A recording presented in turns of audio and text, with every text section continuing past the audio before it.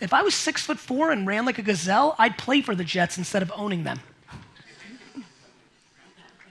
I really need everybody to have that one sink in, because it's the most important one. You know, like when you're driving and the cop lights go on and that your fucking heart goes, but then when the cop drives by, you're like, oof, you feel real good, and then you start driving with 2 hands and the speed limit for about 4 minutes, and then you get back to being like ridiculous.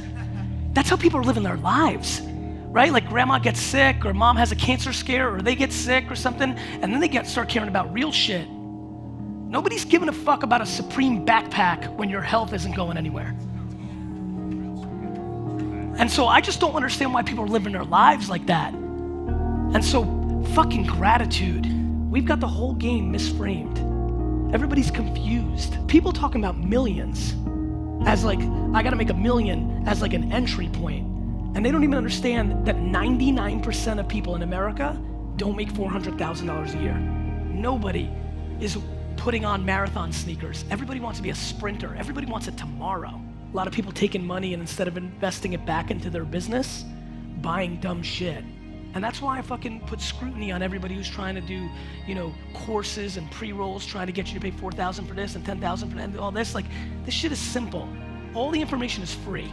There's a lot of people who'd much rather pay somebody to make them feel good about why they're not doing. Let me give you the secret once and for all right here. Work. A lot.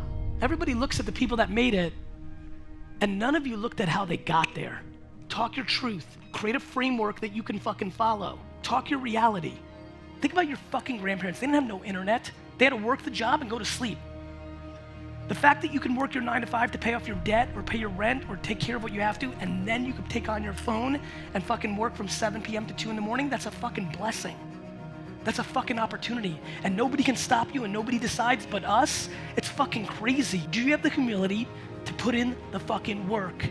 Period. Because the only people listening to your excuses or your bullshit are your loser fucking friends. My friends, let's just get to the punchline. Nobody gives a fuck about your problems. People sit in little circles with 4 people, everybody gassing each other up to not do shit. People complaining downstairs wearing $213 shoes. Shut the fuck up. Like, get perspective. What the fuck do you think is going on in the world? Everybody's pointing at everybody else without understanding. Nobody's deploying empathy. Here's what you don't get. You fucking lack patience. Too many of you talk about being it, but you're not living it. You know why you guys aren't patient?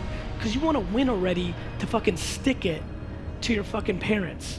I'm trying to become your excuse, your shield, your thing that you can point to. Because if you trip and fall, you guys are worried about failing, and I'm trying to get you to point at me and blame me that it didn't work versus blaming yourself so that it gives you the courage to actually start doing shit. But you've got to understand, instead of sitting here and dwelling and blaming them, you're in control of your own shit. You got one fucking at bat. Do something with it.